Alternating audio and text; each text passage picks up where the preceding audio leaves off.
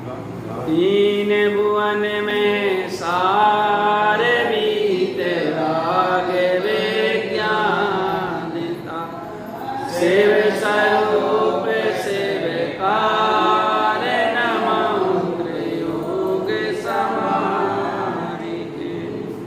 बोलिए पंचपदेष्टि भगवान की, 24 तीर्थंकर भगवान की, जिनमाणी मातेश्वरी की, सद्गुरु तारतन मंडाचार्य महाराज की, शुद्धात्म देव की।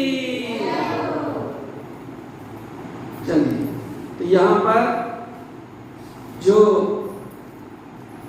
11वें नंबर के छंद में कहा था, अष्ट अंग दोष 25 तिन संक्षेप कहिए, बिन जाने ते दोष गुणन को कैसे तजिए गए, है ना। तो अब प्रथम अष्ट अंगों का यहाँ पर वर्णन कर रहे हैं इस छंद में 12 में। अब 25 दोष का आगे करेंगे, तो अब शुरू कर रहे हैं 8 अंगों से, है ना। तो अष्ट अंग दोष 25, तो दोष 25 दोष है ना। कौन कौन से? 8 मद, 3 मूर्ता, 6 अनायतन, संकादि 8 दोष, तय होगा 25 है। बस मद है ना, 8 मद, 3 मूर्ता, 6 अनायतन, संकादि 8 दोष, ये 25 मद दोष है ना। तो अब इसमें कहीं संक्षेप में कहिए, तो हम उनका संक्षिप्त में वर्णन कर रहे हैं, है ना। और क्योंकि इसलिए कर रहे हैं क्योंकि बिन जाने थे दोष गुणन को, क्योंकि जब तक दोषों को नहीं जानेंगे तब तक दोषों का परित्याग कैसे होगा। और गुणों को नहीं जानेंगे तो गुणों को ग्रहण कैसे करेंगे। तो दोषों को और गुणों को जानना बहुत जरूरी है, लेकिन किसके?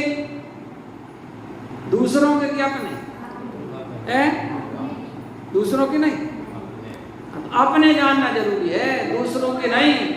दूसरों के तो जानो ही नहीं, क्या करना? क्योंकि दूसरों के दोषों को देखोगे, जानोगे ना, तो अपने अंदर में दोष ही उत्पन्न होगा। और दूसरे के दोषों को जानो ही नहीं, क्या? गुणों पर दृष्टि रखो, सम्यक दृष्टि गुणों पर दृष्टि रखता है। श्री कृष्ण जा रहे थे रास्ते से, एक मरा हुआ कुत्ता रास्ते में डला हुआ था। सारथी ने कहा हुजूर, उसने मोड़ लिया, पूछा नहीं, और रथ इस तरफ से चलने लगा, जाने लगा।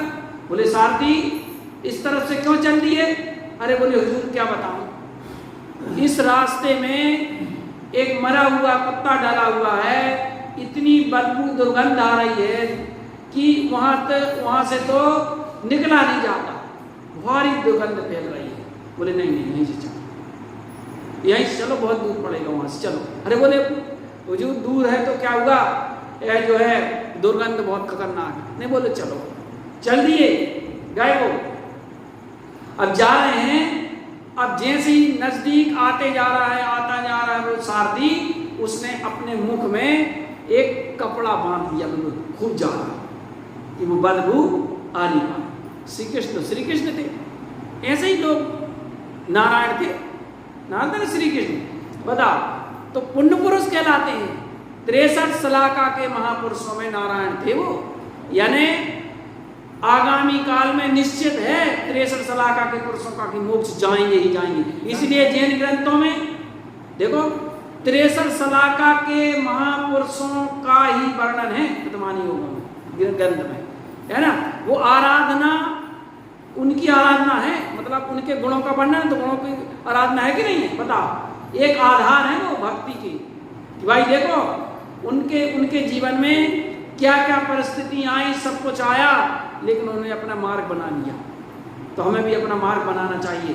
ये वर्णन है पूरा कि कैसे उन्होंने संसार में पैर रखा और कैसे वे संसार से विरक्त हो गए, कैसा उनके पास वैभव था, लेकिन वो वैभव भी कुछ काम में उनके नहीं आया। और देखो उनने उस वैभव को, संसार को अच्छे से जान लिया और विरक्त हो गए। तो अपन को अपने भी वैराग्य जागृत होता है चीजों को जानने से।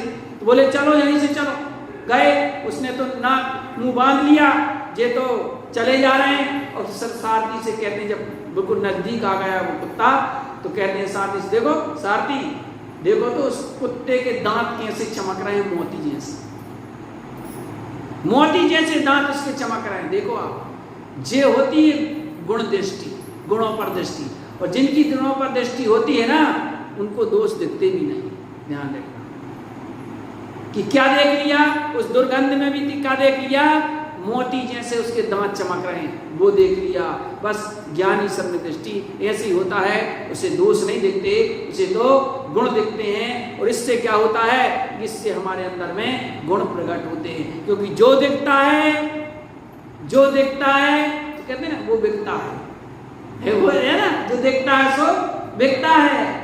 देखो एड, लोग टीवियों में एड आते हैं, आते ना जबरदस्ती, अपन को तो वो झंझट लगती है, अरे कहाँ से दे देते हैं ये, जल्दी से स्किप कर देते हैं, वो नहीं आ जाता, वो सब वीडियो में स्किप कर दिए, है ना, इसके करते हैं, लेकिन फिर भी वो डाल रहे हैं। देखो वो भी जानते हैं कि तो लोग देखना नहीं चाहते, लेकिन जबरदस्ती दिखाते हैं, क्योंकि देखने का प्रभाव होता है। अगर जबरदस्ती भी कोई दिखा रहा है ना, तो एक ना एक दिन वो प्रभावित हो जाता है। बार बार देखने से या दिखाने से अगला प्रभावित होता ही होता है। इसलिए अपन देखो भाई, जो नहीं भी मंदिर आते, नहीं सुनते, या जिनका नहीं भी मन लगता, बच्चों को डांट करके, फटकार करके मंदिर में चलो जाओ, नहीं बैठो मंदिर में, जाओ, है नहीं, क्योंकि इन सारी चीजों का असर पड़ता है। क्योंकि देखने का, सुनने का, आंखों से जो देखते हैं, कानों से जो सुनते हैं, वह जो आंखों से देखा हुआ, कानों से सुना हुआ, उसका असर निश्चित रूप से पड़ता है। अच्छा देखेंगे तो अच्छा अमृत की तरह फल देगा, और बुरा देखेंगे तो विष की तरह फल देगा। अरे विष की तरह क्या, वो विष तो क्या, जो विष खा लेते हैं लोग, वो विष तो ऐसा विष होता है कि दवाइयों से ठीक भी हो जाता है। कभी कभी मान लो समय पर अगर उसका इलाज कर दिया जाए तो उतर भी जाता है, ठीक भी हो जाता है। लेकिन जे विष ऐसा होता है जो आंखों के द्वारा और कानों के द्वारा लिया गया विष है, वो विष ऐसा विष होता है कि उसकी कोई दवाई नहीं है। ध्यान रखना, उसकी कोई दवाई नहीं है। आप ये समझ लो कि ये आंखों से और कानों से लिया गया विष ये व्यक्ति को डुबाता ही डुबाता है। ध्यान रखना, इसलिए जितना हो सके अच्छा देखो, अच्छा सुनो, ये है, अच्छा देखना चाहिए, अच्छा सुनना चाहिए, क्योंकि इन सारी चीजों का प्रभाव पड़ता है। वो कह देते हैं कि अच्छी संगति करो, कह देते हैं क्या है वो दोहा, संगति से गुण उपजे, संगति से गुण जाए, और लोहा लगो जहाज में पानी मुद्रा, तो कह देते ना, बताओ। और एक तो ये प्रभाव पड़ता संगति का। तो संगति के प्रभाव मतलब क्या, ये संगति है। अगर यहाँ आकर के मंदिर के दर्शन कर रहे हैं, स्वाध्याय कर रहे हैं, अच्छी चीजें सुन रहे हैं, यही तो संगति है, कोई व्यक्ति की बात नहीं है, यही संगति है। तो इन सारी चीजों पर बहुत प्रभाव का पड़ता है। वह मिल जाने थे दोष गुणों को कैसे तजिए गए, जब तक दोषों को नहीं जानेंगे, गुणों को नहीं जानेंगे, तब तक गुणों को ग्रहण कैसे करेंगे, दोषों का परित्याग कैसे करेंगे, आगे संक्षेप में वर्णन कर रहे हैं। तो यहाँ 8 अंगों का पहले वर्णन कर रहे हैं और 8 दोषों का वर्णन कर रहे हैं, गुणों का भी कर रहे हैं और दोषों का भी वर्णन यहाँ पर कर रहे हैं। तो चलिए 12वां छंद पर पढ़ेंगे। शक की दवाई, शंका की दवाई क्या, वही तो शक की दवाई, शक कह लें, शंका कह लें, एक ही चीज है। शक या शंका की एक ही चीज है ना। समाधान है, समाधान नहीं होगा, शक का समाधान, शंका का समाधान है। अब शक का समाधान चलो अब यहाँ है ना, ये 12वां छंद पढ़ेंगे। जिन बाचे में शंका न धारे रस, बसो के बाचा माने, मुनिताने मारे ने नादे नामे, तत्वे कुताते पिछाने, निज गौणे अरूपरे अगौणे डाके,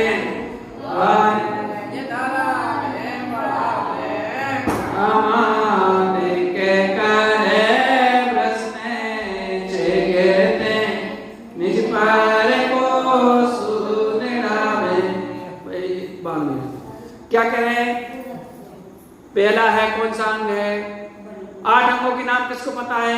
लगे भैया मालूम? निसंकत निकांचित आदि याद किए थे पहले? नहीं है?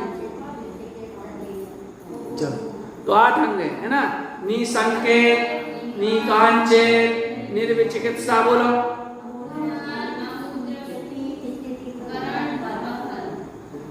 गिनती कर, गिनती से बोलो।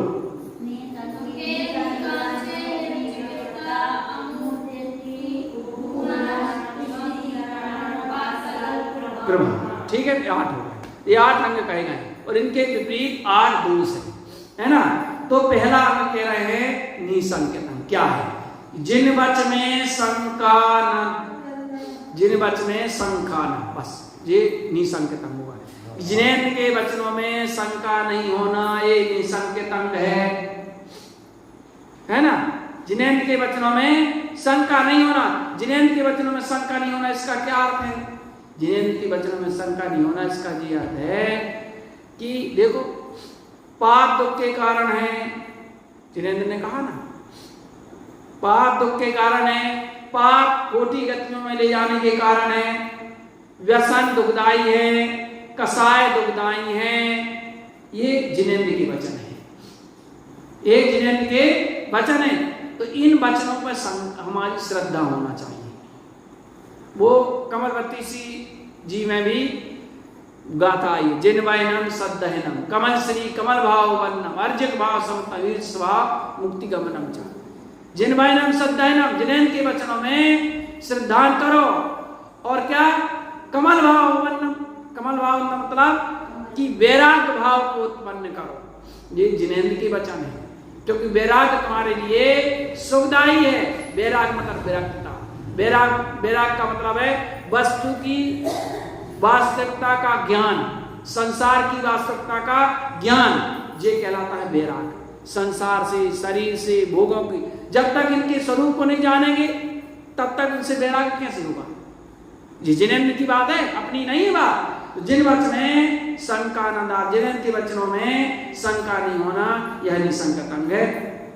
और निर्विचिकित्सांग, जिन वचन में शंका न धार, व्यस्त भाव सुख वांछा, माने बस मतलब धर्म, शंका नहीं होना।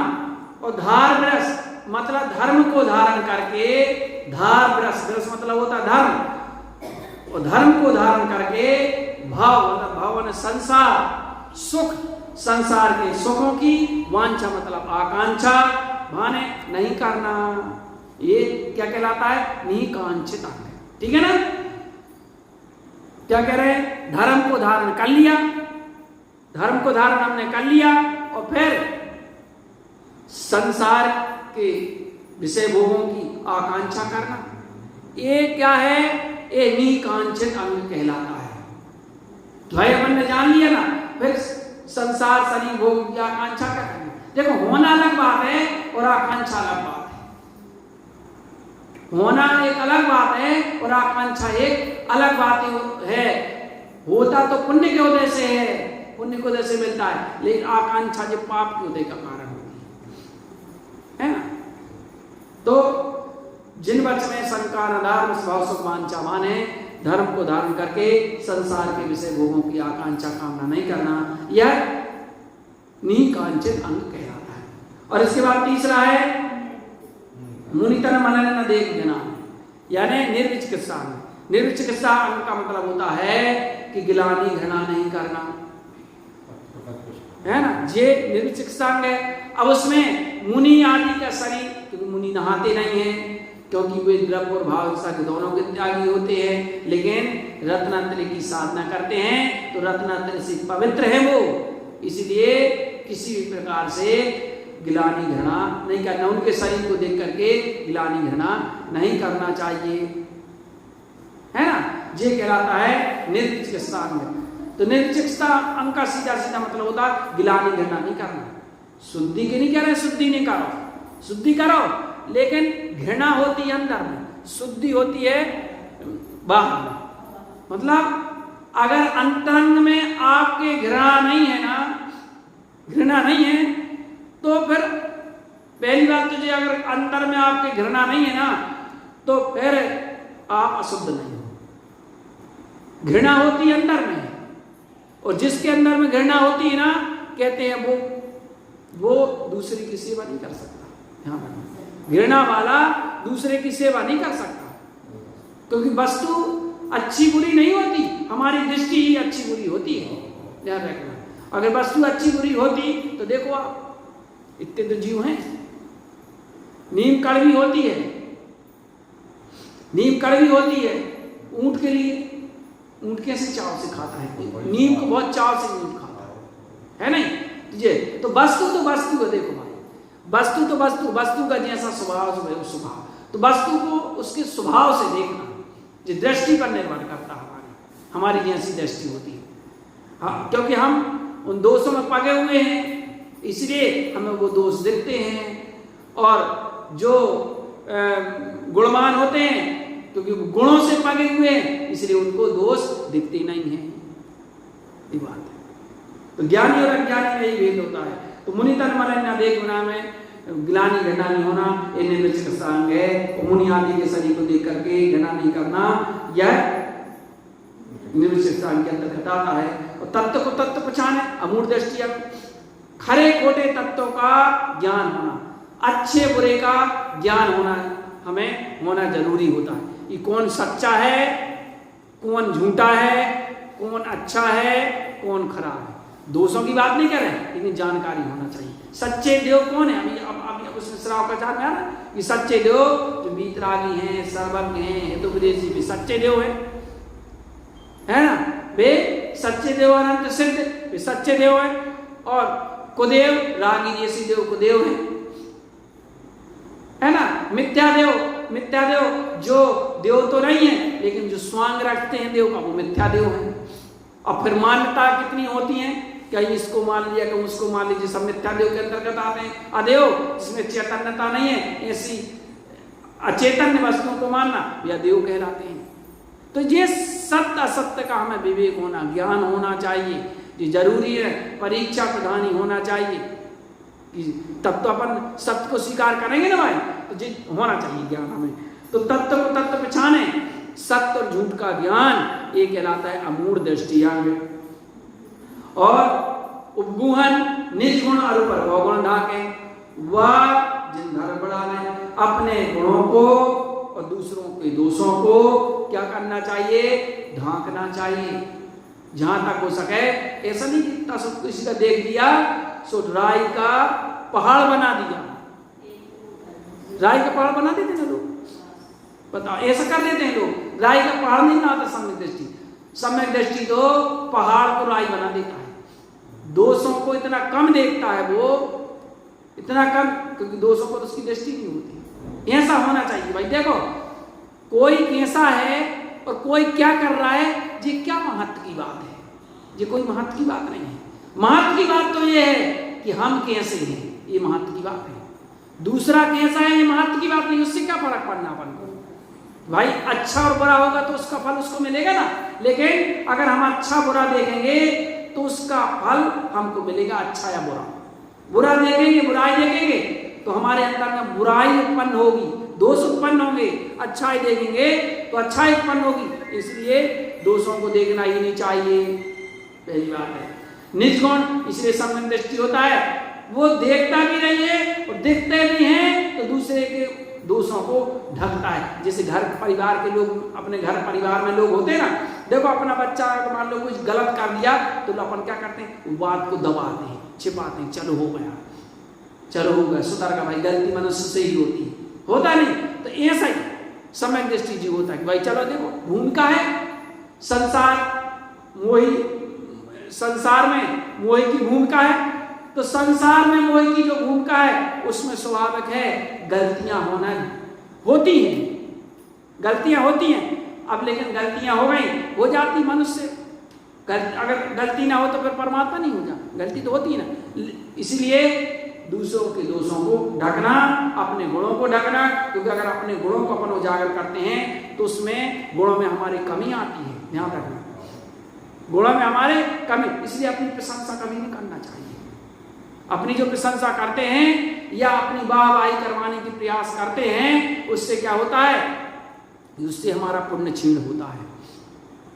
लोग देखो समाज में प्रतिष्ठा करवाते हैं, बहुत अच्छी प्रतिष्ठा करवाएंगे, लेकिन थोड़ी सी आकांक्षा रहती मान सम्मान की, वो मान सम्मान की भावना उन्हें कंगाल बनाने में कारण बनती है। बहुत से ऐसे परिवार हुए, बहुत भव्य प्रतिष्ठाएं करवाई, लेकिन कंगाल हो गए।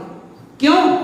इसका मतलब ये नहीं कि धर्म करने से कंगाल हो जाते हैं, इसका मतलब ये है कि तुम घर धर्म करते हुए भी तुमने अपने मान सम्मान की आकांक्षा कर ली, तो वो फिर तुम्हें वो पुण्य नहीं मिला, वो पुण्य तुम्हारा छीन होगा और पाप में परिवर्तन हो गया। तो महाराज जी कहाँ चले गए, कहाँ जा रहे हैं? पहले के लोग आकांक्षा करेंगे, हाँ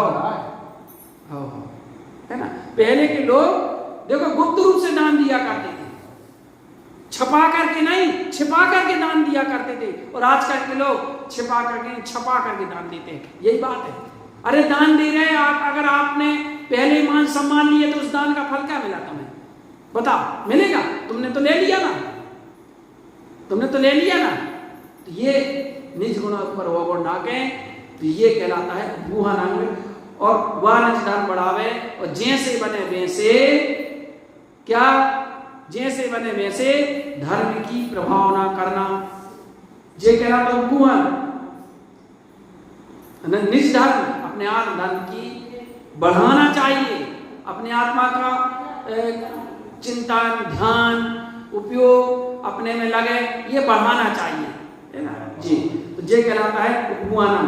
स्थितिकरण, स्थितिकरण का मतलब होता है कामादिक कर बसते चिकटे, काम क्रोध लोभ आदि के वेग से कोई चिगरा हो तो स्वयं को या और दूसरे को धर्म में स्थिर करना, डिगाना नहीं हो।